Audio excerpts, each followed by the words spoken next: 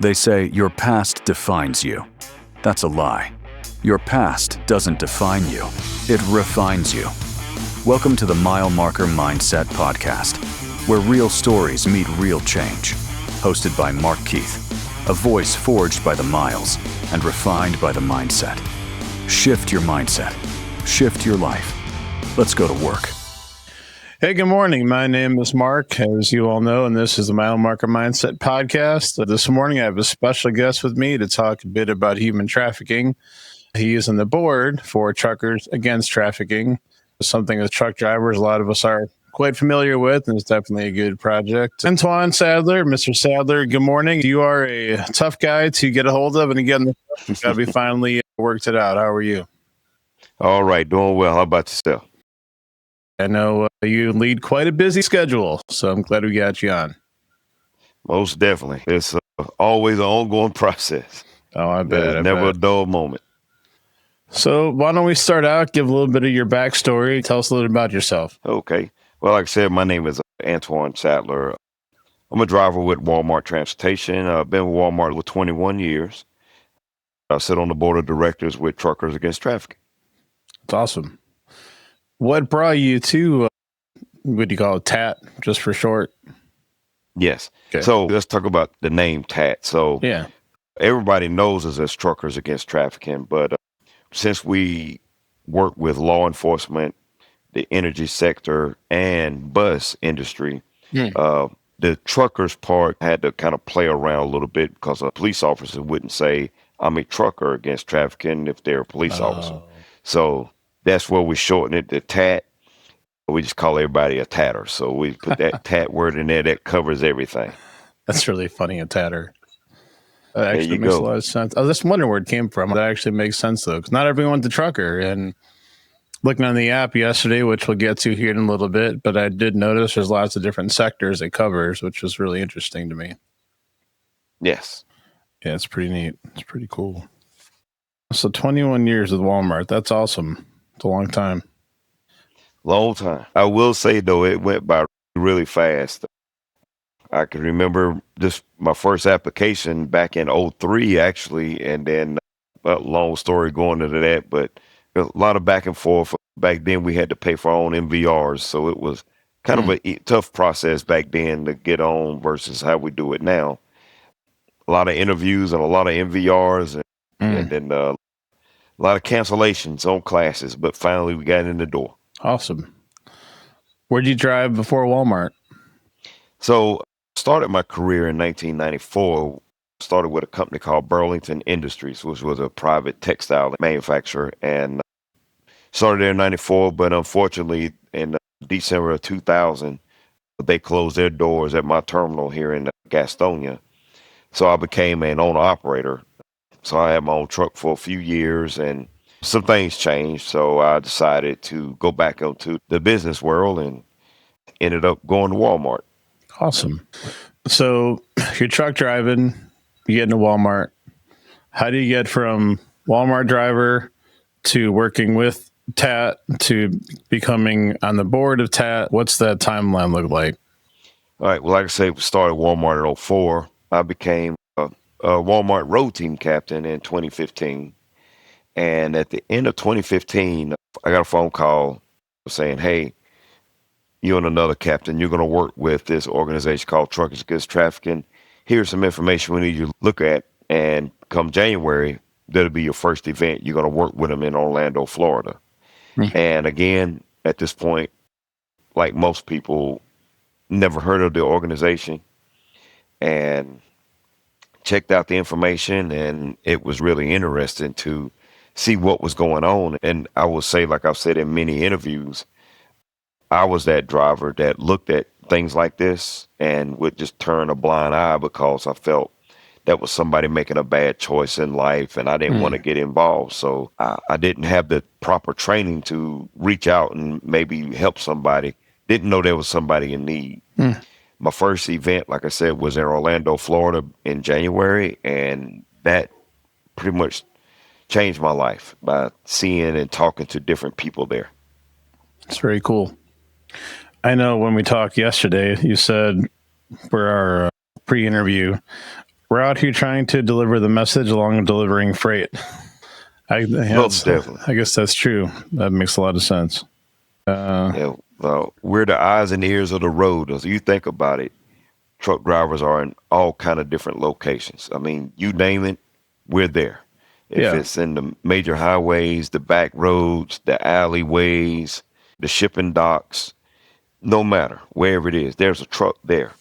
And if it's somebody that could potentially need help, they're going to be in one of those locations. And it just takes a few minutes, like I said, to take the training, understand what it is that you're looking for, and know what questions there is to ask to potential victims some help. So you mentioned training. Obviously, as truck drivers, a lot of companies are partnered with TAT. I'm sure some aren't. I know I've heard of drivers saying that, oh, it's a good program, but I just don't like how I'm forced to do it and forced to take these classes, even though it's a good thing. And I think we all can agree, for the most part, I'd like to imagine that human trafficking is a bad thing, depending on how it's defined, which we'll get into also here in a minute. But what do you say to those people that are like, well, I support it, but I just don't like being forced to take the training on it, like with my company or whatever? Yeah, and I've heard that sometimes when we go to MATS, the Mid-America Truck Show, and when drivers come by, I do hear that when they say, I feel like I'm being forced into it. And just what I use is tell them, for drivers, for ourselves, we're in a very unique profession. Mm-hmm. And not only we're delivering freight, like I say, to keep the country going, to take care of our families, but it's also lending a helping hand for somebody else that's less fortunate. Mm-hmm. So you never look at it as you're being forced. It's just training. It's no different than a refresher course when you've been on the road for months at a time or a year at a time or whatever the case may be, and you got to come back and get that refresher. It's always good because you never know what extra points you're going to pick up. You may take a class 1 point in your career, but you go back, you could take that same class, but you might find just that one little gem that was left off in the previous class. So you can always pick up on something new. I got you. So what kind of training is out there? I know for some companies, you have to take little like online training courses and that kind of thing. But what else is out there for people? I know we talked about there's a new app that's out, I think you told me about in our pre-interview. Right. Correct. So we still have the training videos and everything, but what I want most people to look at, everybody has smartphones right now. Everybody's pretty much carrying around a smartphone. Go to your Play Store, App Store, and go to Truckers Against Trafficking and download that app.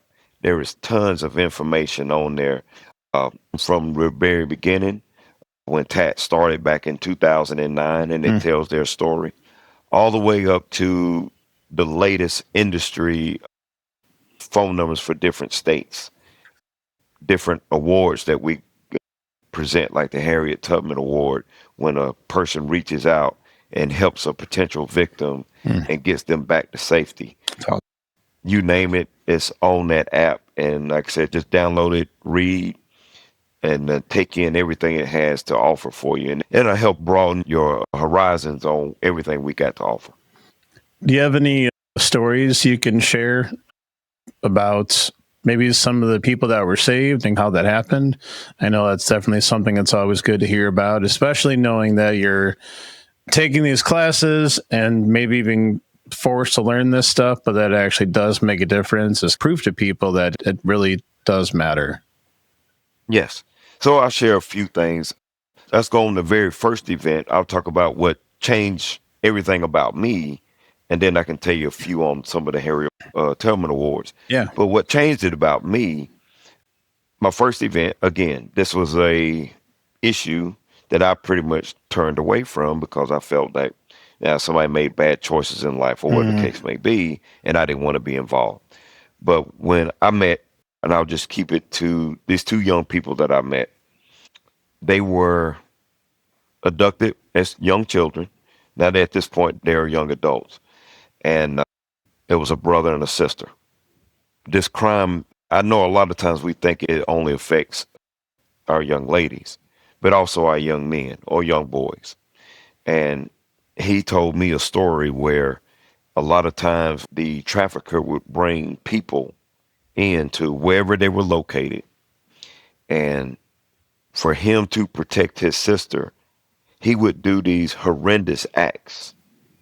Instead of them touching his sister, he volunteered or was forced. I wouldn't say volunteered, but he just stepped up to take on these tasks, if you would say, Yeah. to protect his sister in those situations. Then several years of being in that situation, they had a chance to get away from their abductor or their trafficker. And now they run their own organization about helping people transition out of that life. That right there, just listening to that young man speak, you can feel his passion. You can hear the pain in his story. I didn't believe it because I was that one that would see people out at the rest areas, the truck stops, the hotels. And again, I thought people making whatever choices in their life.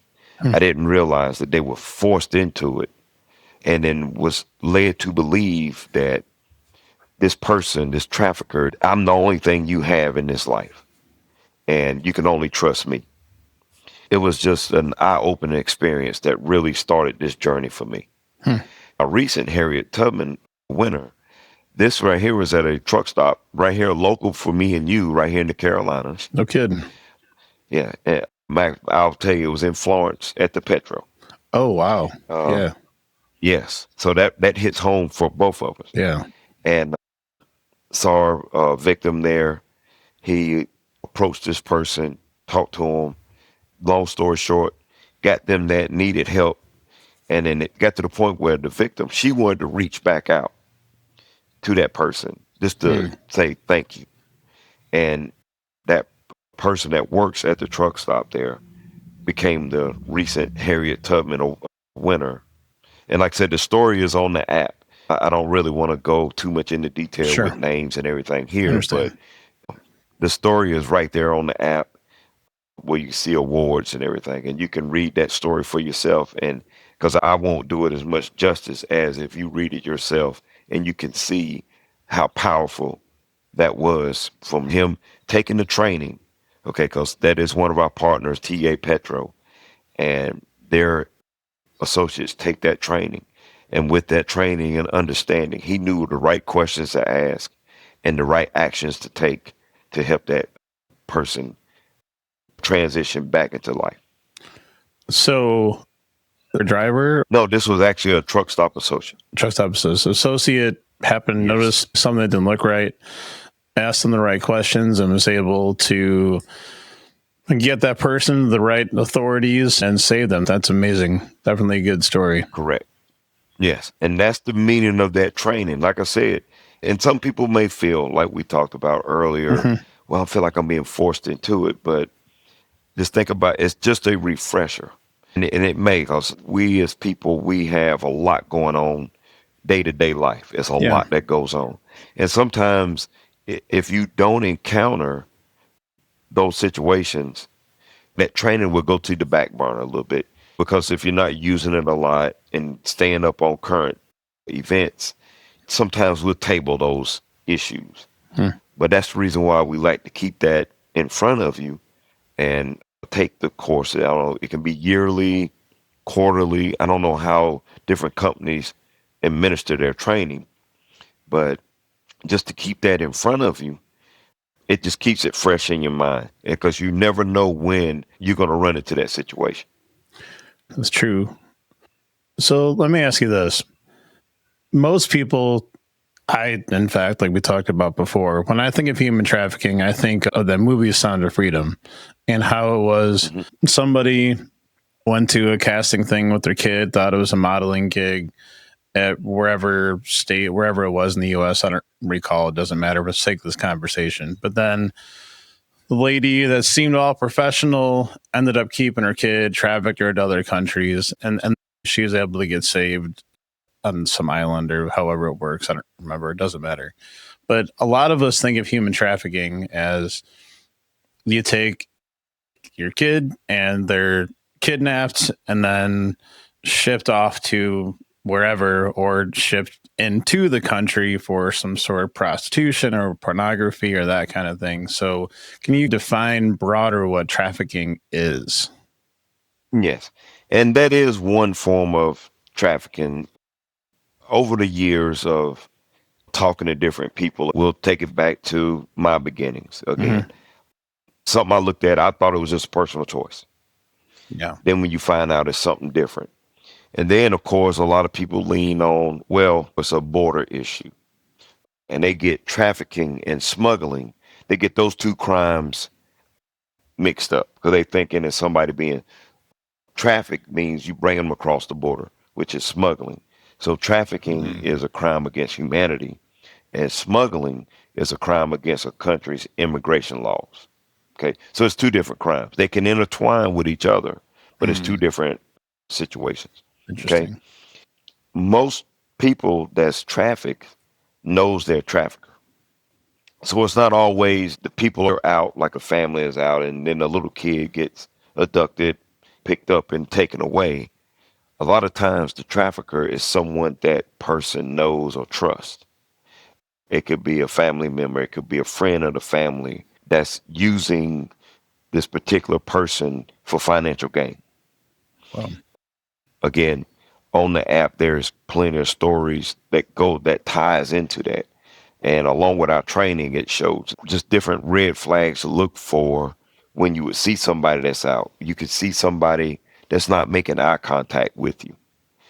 If you notice, when most children, when they travel, they're all over the place. When you see them in stores or whatever, yeah. they're pretty much all over the place. But if you see not only just children, but people in a group and they're not communicating, even with each other, they're walking with their head down. They're not paying attention to where they are, or they look like they're completely lost or just really out of tune with what's going on. Those could be potential signs. And it may not be a person that just snatched them up. They could be somebody that they know, and they just pretty much like, don't say nothing. We're going inside this place, and I need you to focus only on me. And a lot of times, like I said, we may look at it as, wow, they got some well-minded children or people around them or whatever the case may be. But there are some tell signs there that's like something just don't feel right, because you know the interaction between people out in the public. And like I said, we always lean on that, well, they've been kidnapped or abducted or Yeah. transported or whatever. But a lot of times it's somebody that they know. And Wow. because in that situation now, at this point, they find it hard to trust other people because of what they've been going through. Jeez. Kind of sensitive topic here, but I think it's something a lot of truckers deal with, hopefully not at this level, but how does pornography play into this whole thing? I know the app says a bit about that, but I think that's something that's important to recognize is how much that industry feeds trafficking. Yeah, and that's something I don't really have all the statistics on that of exactly how, but again, we're looking at paid sex. If let's just say it right up front, Yeah. and you could be filmed against your will, and then it's sold out on the market. Mhm. There's different ways that plays into it. I know there's probably licensed pornography or whatever the case may be, but Sure. if you're forced into it and they film it, they get out there and they sell it out there on the market.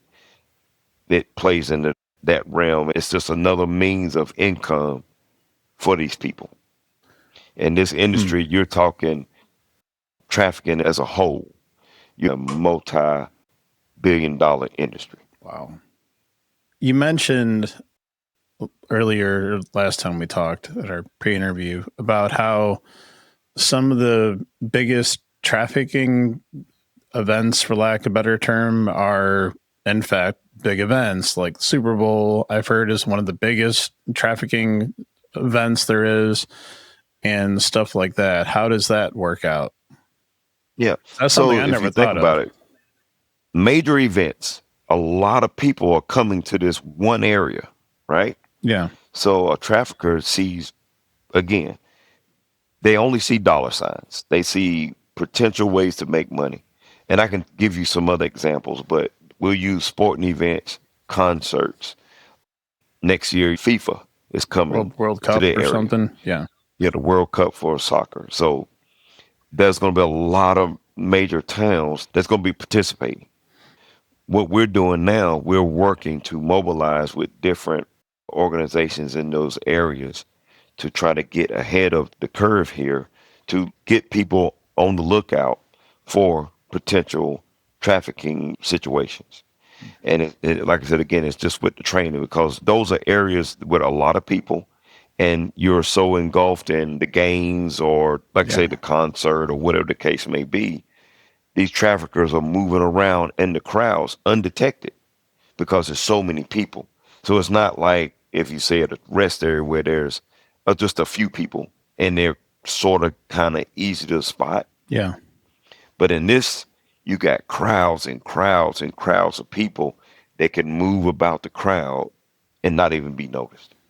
Wow. And then if you know your would-be trafficker or how they, because, and again, the technology is out there.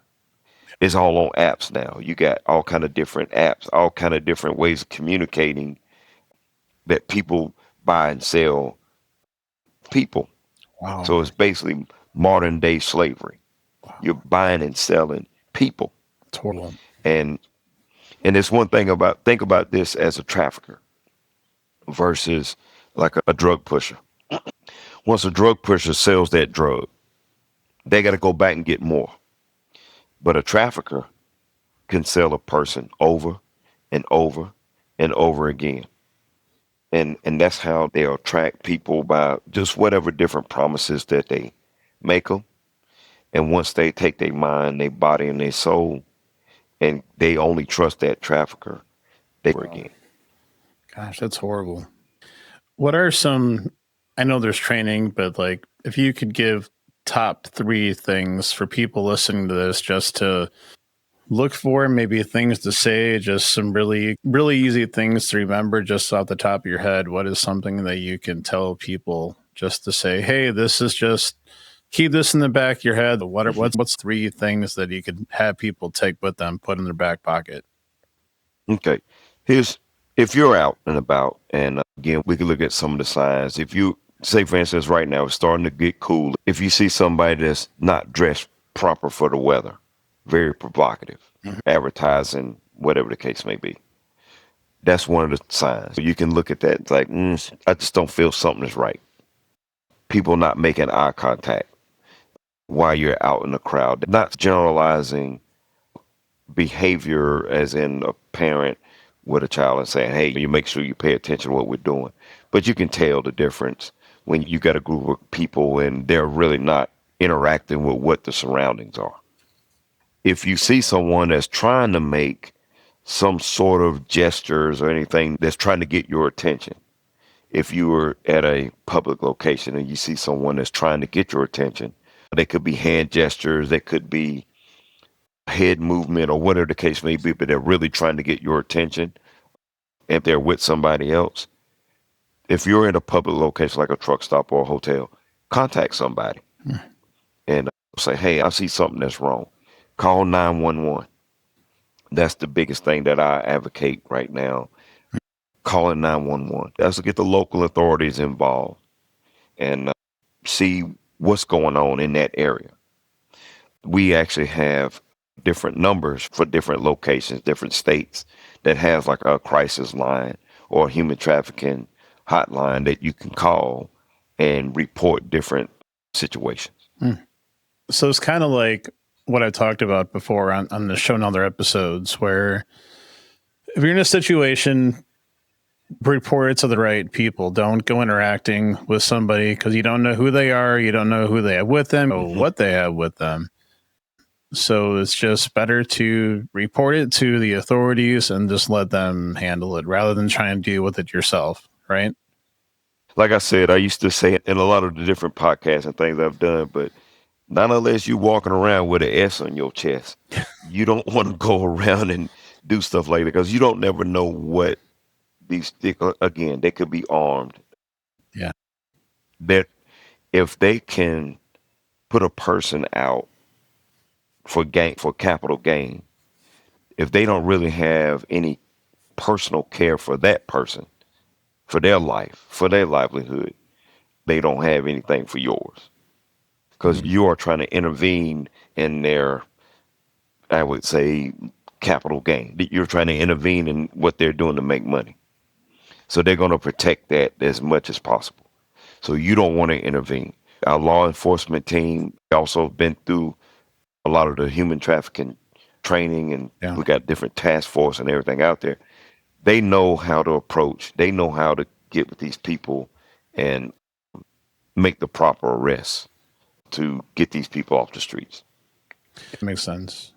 When I was looking at the app too, I noticed there was training for obviously truck drivers and local drivers and bus drivers. One of the things that surprised me was the energy sector. Yes. Can you? So think about a place where you have oil or natural gas or whatever the case may be. Yeah. You're going to have a large influx of people showing up to that small area, right? So you might have a small town of, I don't know, a few thousand people or whatever the case may be. Next thing there's natural gas or oil or whatever that's found in this area. Next thing you know, now you got a large influx of industry coming in mine for the gas or the oil or whatever the case may be. Again, those jobs pay really good money, and a trafficker can slip in here with those boom towns. They're trying to just get a piece of it too, and they're bringing these people in. And again, you may not know that they're not from the local area or whatever the case may be. A lot of those people have been shipped in or whatever the case, and even like we say, we use the buses or whatever. Yeah. And that's why we train these different sectors, because if you see, hey, this, do you know where you are? That is one of the questions you can ask. Are you okay? Do you even know where you are? Because if you're in a different area, but you've been forced to be in that area, of course, you're gonna have a different look about yourself. So that's one of the questions that you can ask, and that's how with the energy sector they can help us out, because they do end up going from different towns, different states, different cities because of the discovery of oil and natural gas or whatever the case may be. It's interesting. I never would have thought of that, honestly. And when I saw that, I'm like, huh, that's interesting.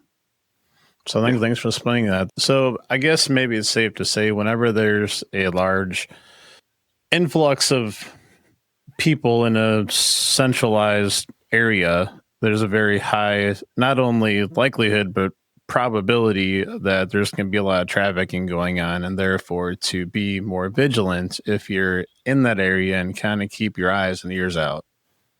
Correct. So anytime, like I say, any kind of a large gathering, I don't really put the big focus on that, and then that'll take away from some of the other means. Because I'll tell you, I'll give you an example. I was in Plainview, Texas, and I did an event there in Plainview, Texas, and the name fits the town, Plainview. I'm telling you, it just wasn't a lot out there. Okay, but it sits on a major interstate, and like I was telling everybody thinks human trafficking is always in the big cities. Yeah. It's always a big city issue. It's a big city problem or whatever. How do they get to those big cities? They driving right through Plainview, Texas. You see. So, and where's a trafficker more likely to stop? Because if you're looking for me in the major cities or these major events or these boom towns, where's the best place for me to set up shop? Small town USA. Because you're only expecting me to be over here in the big, large cities. You're not expecting me to be around in these small towns. So I can set up shop right here, transport people back and forth, right up down this interstate. They shopping in the stores right there where you shopping. They're in some of the restaurants that we eat in. Yeah. They're sitting outside right alongside of us in the parks or wherever the case may be, but they're going undetected because we're still focused on major cities or major events. So like I said, we know that they're in those areas, but they're also in the small towns too. Just like Florence, South Carolina. Yes. I mean, that's a bigger town in terms of South Carolina because we both live in South Carolina. Not a whole lot of big towns down here. And Florence is one of the, quote, bigger ones, but it's definitely a small town by comparison to like Charlotte, say. But Correct. yeah, little truck stop. I don't know, it's not really a little truck stop, but you know what I mean. Just a place you wouldn't expect that to happen. So yeah, it makes a lot of sense. Right. So you think in Florence versus, let's talk about the I-95 corridor. Mm-hmm. You have Miami. Then if you want to look at the port area, Savannah. Then when you want to go not far from Raleigh, North Carolina, not far from the beach area, right?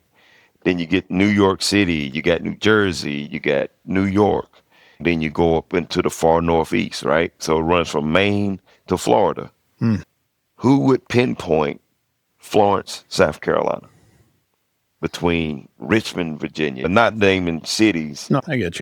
saying that it happened, but you would pinpoint Florence, South Carolina, out of all those major cities and all the major through the different intersections of what intersects with 95 between Interstate 10, Interstate 20, 85, It's all 40, right there. all those different interstates, and all of them feed right off Interstate 95.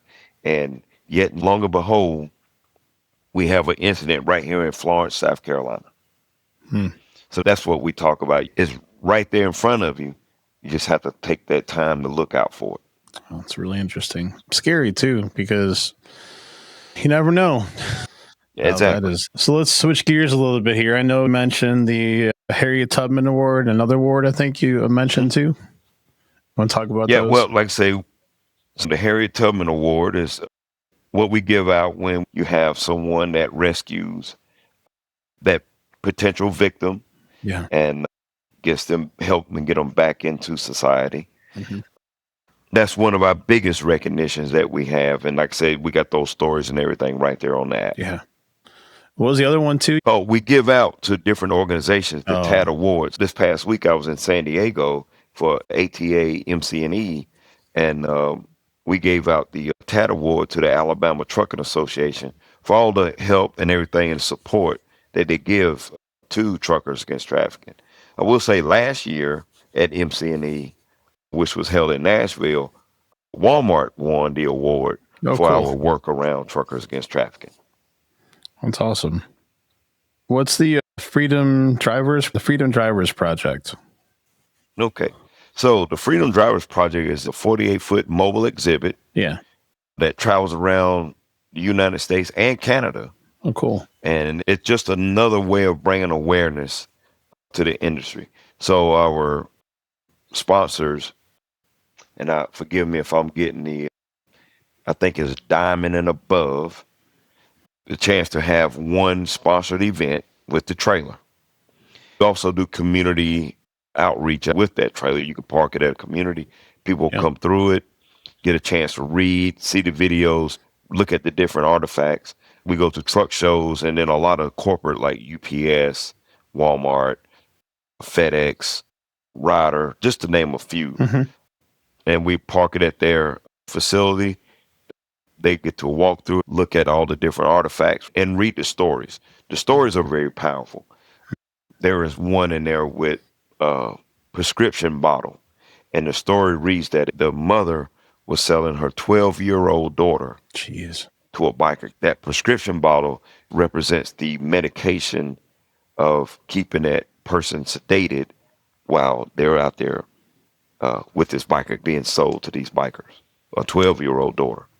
Again, most traffickers or most victims know they're traffickers, and this one potentially is their mother. Wow.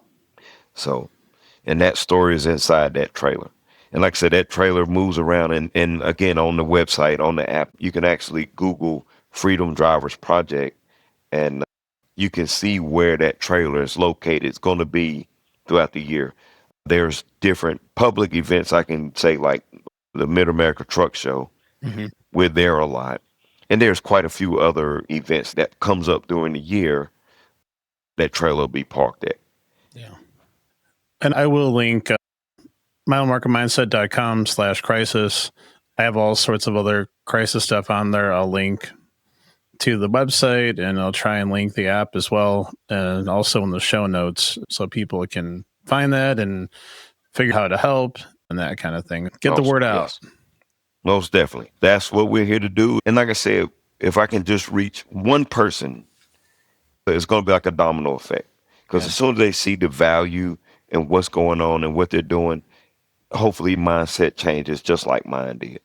Like I said, that's all it took, was just to see exactly what was going on right where I was in many cases. Because I can think back to several different incidents early on in my driving career. The company I used to drive for, named Burlington Industries, they would put us in hotels, and I could tell you countless stories of seeing potential human, but I never had the training, didn't know anything about it, didn't understand the actual crime. So I would pass it up and move on. But now looking back on some of those situations, I could have been I could have been a helping hand. I could have lent out something. So again, that's what really put the emphasis in my life to make those changes. Wow.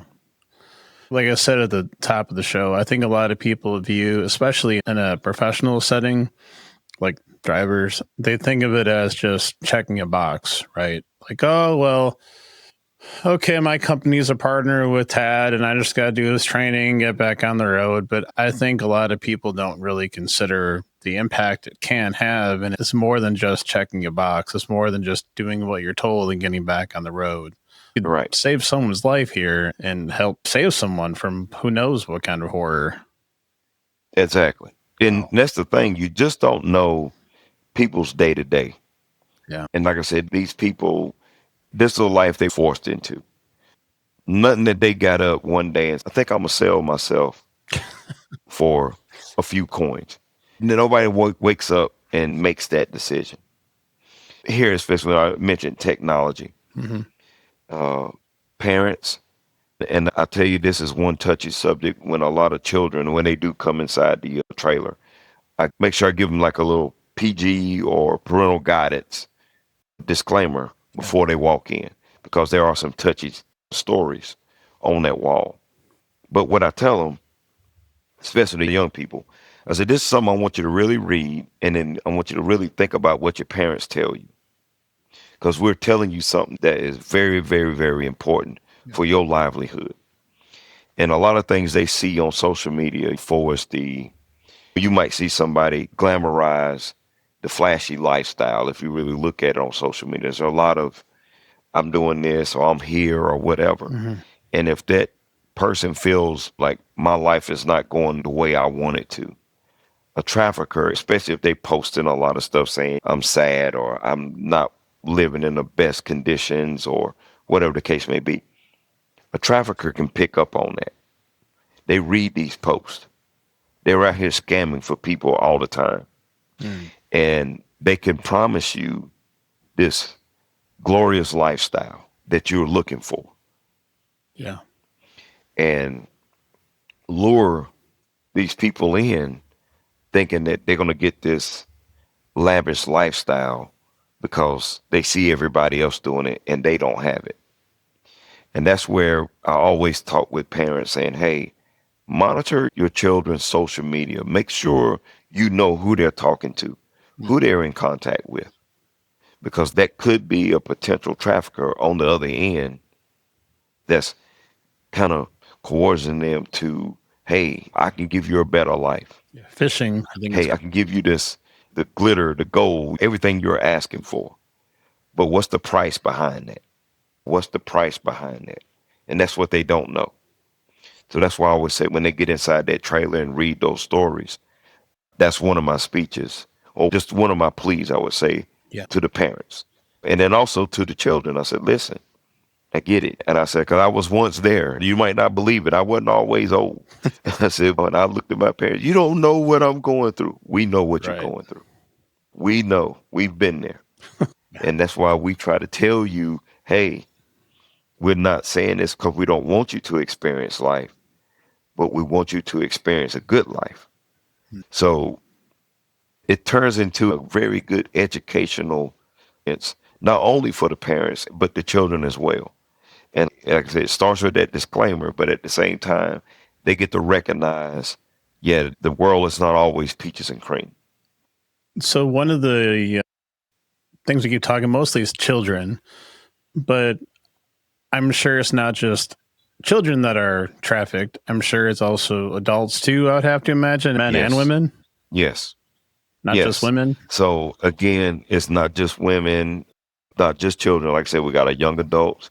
Unfortunately, when it gets to a certain age, above 18, they're adults. And then that's kind of a rough patch on reporting it. But I still say report it because you never know who you're helping. Mm. Of course, a lot of people want to focus on the children. They go, oh, I got young daughters or case may be. And I'm like, which is great, which is awesome. And I know you're going to be there to protect them. But also some of our young people, young adults and adults need that same attention. You know, they need that help as well. And it's not just, again, like I said, not just women, but also men. Because this also ties into what we call labor trafficking. Mm. So you also have the sex trade, but you also get people that's exploited into labor trafficking, that's doing work for little or nothing. And that sector is also a very, very huge problem. I'm sure that also, like you mentioned earlier, couples with smuggling as well. Correct. So like say people in and then you got them doing manual labor or whatever type work for little of nothing. And again, that labor trafficking is another the subject that we've jumped into and start educating a little more on it as well. So I guess if you were to summarize, smuggling is like the transportation of people, for lack of a better term. I guess that is the term, trafficking of people. Smuggling is the transportation of people. And then trafficking is like putting them to work, like you said, modern day slavery. Right. And like I said, smuggling, the definition of it is a crime against a country's immigration laws. So when you're taking them across borders illegally, that is smuggling. Right. Okay. Trafficking, like I said, it knows no boundaries. It has no borders. You can be trafficked out of your own house. That's crazy. You don't have to move. They don't have to be mobile or anything. You can have a trafficking situation right in your own home. I'll give you an example. I think this was back in 2017, 2018. I was a part of a film documentary called Be the One. And there was a couple there telling a story about they live in a very well-to-do neighborhood. The person kind of knew who lives around, but they noticed this one home. A lot of people going back and forth, different cars, nice cars, in and out of the neighborhood. Well, come to find out, they running a human trafficking ring out of that house. Wow. And this was not the typical neighborhood or what you would think it is. This was a very well-to-do, very nice setting neighborhood, but yet and still, human trafficking is going on right there in their own backyard. But again, a lot of people turn that blind eye because they thinking it's a inner city problem or it's the person that's on drugs problem or whatever the case may be. But here it is right here in their own back door. That's crazy. Yeah. Switching gears a little bit, you mentioned the trailer. If there are companies that want to request the trailer, or if somebody wants to see it, is there a way companies can request it? Yes. So now we go back, like I said, that sponsorship, and you get a actual session with the trailer. You know, that we'll bring it out. We'll do a whole program with the trailer. So a lot of those are with our corporate partners. Got you. But also we do some events outside of corporate when they go out into the public. I've had it years ago. I took it to New York, right there at the Capitol building, and had it staged outside for anybody to walk through. Yeah. Like I say, we go to Matt's and it's there. They go to some different small towns. One time it was in Broken Bow, Nebraska. Say that fast several times, right? Probably not. Rotary. It was invited out there by a Rotary club, and They had students from the high school, the city workers, just different people from the city. Hmm. And it was parked out there on the street, and different people walked through and checked it out. So it's in different locations. And like I said, you can go to their website or just type in, you can Google Freedom Drivers Project, and then you can see where it is. And I have a list of the That's different cool. locations for requesting it. Like I said, get in touch with, and again, depends on where it is. They will try to, the trailer's booked out. I mean, this thing, it's on the move all the time. Like right now, it's leaving California and it's on the way to Dallas for 3 different events. Well, it's going for, I think it's UPS and WIT, which is Women Trucking. So it's going to Hmm. have 3 different events right here within a week span. And then I'll get it back here to North Carolina. I staged the trailer here at Shelby, North Carolina. And that way I can keep up with the maintenance and any kind of updates we need to change any materials out. Yep. You mentioned the website. What's the website? So, like I said, go to your app and then you can pull that up. But it's tatnonprofit.org. So just tatnonprofit.org is the website. tatnonprofit.org. Correct. Said, I'm sure we're also people, in addition to the app, where people can donate, because sometimes people like to help out with their pockets as well as with their eyes and ears. And like, so if you go to the app, there is a section that says take action. And right there, you got the sponsor, you got give, you got train, shop. There is some materials like the hats and everything that we have. The training library is there, community resources, everything is right here on the app. And I would imagine this is a charitable organization, all that kind of stuff. Correct. Yes, it is a nonprofit organization. All right. Anything else you want to add to any of this? More information to get out there? Yeah, the best thing I just want everybody to do, like I said, it is a touchy subject. Read up on it, get the understanding. Don't turn a blind eye to people out there that needs help. And the biggest thing is educate. Educate yourself, educate your family. Let them know what this crime is and how it can affect different people's lives, how it affects our country as a whole, our world as a whole. There's over 50 million victims of human trafficking worldwide. 50 million. So it's an ongoing process. Because you may not see it in your everyday life, that don't mean it's not happening. And like I said, volunteering, dollars, but the biggest thing is getting out there, getting education and helping people that needs it. You mentioned the training and kind of like a recommended age cutoff, because the younger kids probably won't get it as much, but is there a good age to start introducing this to your kids? And is there separate training for children versus adults? Well, no, I would say, again, I'll leave that up to the parents. Of course. I wouldn't put an age gap on it. You understand your children and stuff like that. But I've heard different people I've worked with say, when you talk to your children about their body parts, don't be afraid to say the actual names.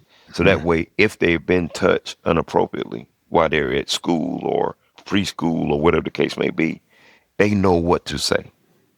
If someone touched me and they touch me here versus you make up whatever name for it. Don't be afraid to give them the actual names of the body parts. Don't have them of themselves. Empower them to make sure that they can communicate about who they are and stuff like that. There may be stair steps on how you do it, but I would say the first thing is as soon as they start understanding who they are, what they are, starting to get to know themselves, then open it up to naming the body parts correctly and then empower them and ensure them that, hey, if you are touched or violated, you can come talk to me. There's no secrets. I have to keep secrets like that. Sure. So if you open those channels, you're building that trust. And when you build that trust, they can come back and tell you, hey, I was touched, or I saw somebody that was touched. Yeah. And they feel that now they've been empowered to make those calls. And they're already starting early to get involved. Makes sense. And also, what about if You have maybe high school age kids or something, and they're at some event and they see some weird guy kind of walk around. I mean, obviously, kids are always told to report things to teachers or adults, but I guess that just comes down Correct. to the parents trying to drill that into kids and help them understand that if you see anything that doesn't seem right, say something. And like I said, at this point, everybody is pretty much attached to a cell phone. Right. If you see something weird, don't try to approach that person. Try to keep a safe distance. Stay in a group. Contact whoever it is if you have a chaperone or whatever, like if you're out or whatever. But call law enforcement. Know your surroundings. Know exactly where you are. If you're out in a group and you're out at whatever function, get the street sign or the closest building. Be familiar with your surroundings. That way, just in case you need to report anything at this point, you can give a very, very good description of your location. I'm standing near A Street, near the AT&T building, something like that, where they can pinpoint where you are. So always be vigilant, be aware of your surroundings. If you have a junior high school age kid and they go to the mall with their friends, for example, or maybe go out to get a burger or whatever, doesn't matter, and they see something, right, is it encouraged for a kid to, since we all have a camera on our phones, take a discreetly, you don't want to draw attention to yourself, but try to take a picture or video of where you're at? Well, again, there's going to be circumstances. If you're in a large group, the first thing I would do, say you're at a burger joint or whatever, get the people involved at the burger joint, strength in numbers, right? So get them involved. Say, hey, this person is walking around the perimeter of the establishment and it sounds really weird. We need to get some help. I don't know what's going on. And then get law enforcement. I would not try to encourage you to go out and maybe take pictures where you are. People got Facebook Live, Instagram Live. They can do it like, hey, I'm at this location. Now, I wouldn't try to put that person that they're suspecting is sit there like and trying to film, because now you're bringing a lot of more attention to yourself. Right. But if you want to turn around and do it, to put yourself on there and say, hey, so I'm located at blah, blah, blah hamburger joint with my friends, and we see something weird, and we just reporting this in case people are looking, blah, blah, blah. So you're bringing more attention. But I wouldn't go to the would-be person that you feel that's somewhat, of course, suspicious or whatever. But then get the people involved that works at the restaurant or the hamburger joint. Like I said, call 911. Let's get the law enforcement over there. If there is somebody there that is law enforcement, hey, we saw somebody when we parked that's kind of hanging out behind the restaurant or hanging out over in the trees in the wooded area. Somebody need to go look at it. That's how you do it. You get everybody involved because there's strength in numbers. Right. And then I would encourage those young people, stay in your group. So if you went in there with a group, don't get the one that's, I'm going to go investigate, and they go outside by themselves. No. No. Stay in that group. Stay in your group. Get others involved. And then I would advise you or stay put and let somebody that's trained to go out there and take care of it. And I've said this plenty of times because we even some years back earlier, we was talking about profiling. Yeah. And there was some touchy subjects about profiling and getting it wrong. But my thing is this, you may get it wrong, but it was something that you felt that wasn't right. And it could be okay. And sometimes I've heard where people say, yeah, I did. Some people approached me. I was approached and everything turned out fine. But I don't feel bad because that's just people looking out for people. Yeah. But like I said, you might do it and you might get it wrong 9 times. But that one time, that number 10 could be the one potential victim that needed help. So you just don't know. And I would say that's really the hard part about this. Is you just don't know what's out there. Wow. It's just the old adage, trust your gut. Everyone Yes. says trust A lot of your times gut. that first It's usually instinct. not wrong. It's your instincts. And honestly, since again, it's not good to engage on your own. If you go and say something and it turns out to be a nothing burger, well, okay, but at least you said something and you tried making sure. Might Correct. inconvenience somebody, but usually your gut's not wrong. Correct. And like I said, making those calls, it's anonymous. You don't have to give your full name and all that stuff where you feel like you're going to be the next target because you reported it. And then they say, well, I'm going after the person that report. They're not going to give out names and stuff like that. So Yeah. you'll be fine. But at the same time, don't approach that trafficker on your own. Let somebody else handle that.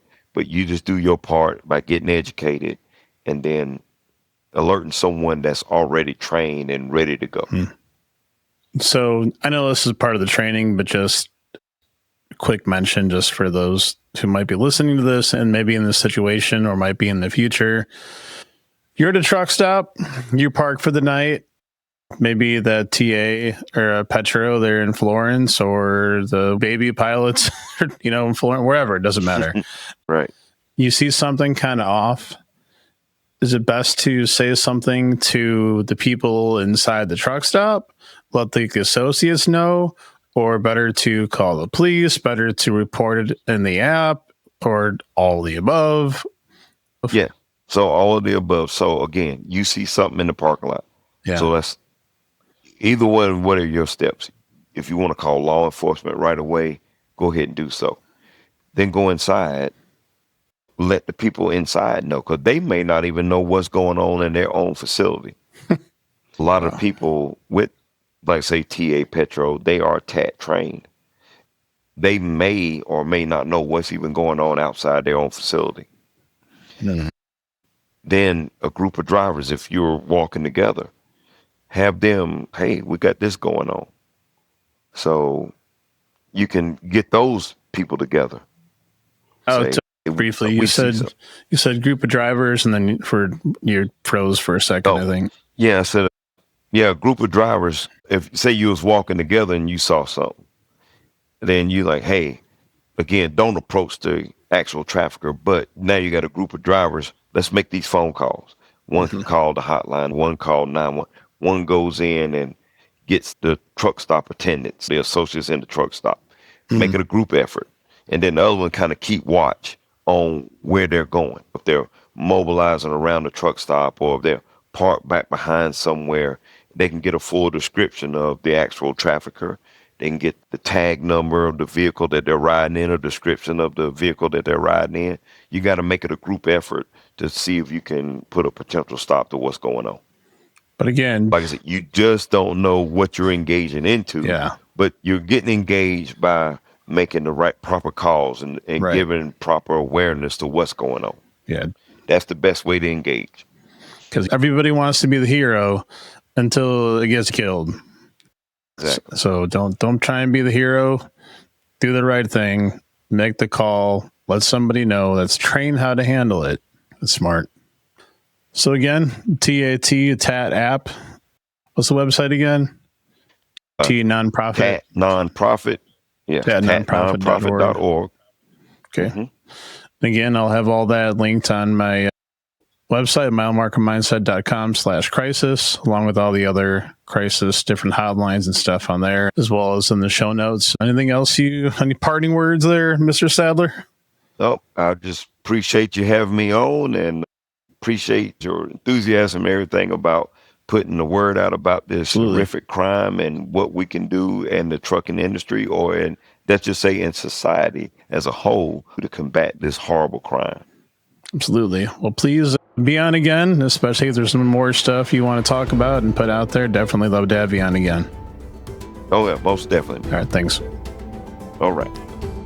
The Mile Marker Mindset podcast is for informational, inspirational, educational, and entertainment purposes only. This podcast is not a substitute for professional or clinical advice. If you are in crisis or need immediate help, please visit milemarkermindset.com/crisis or call 911.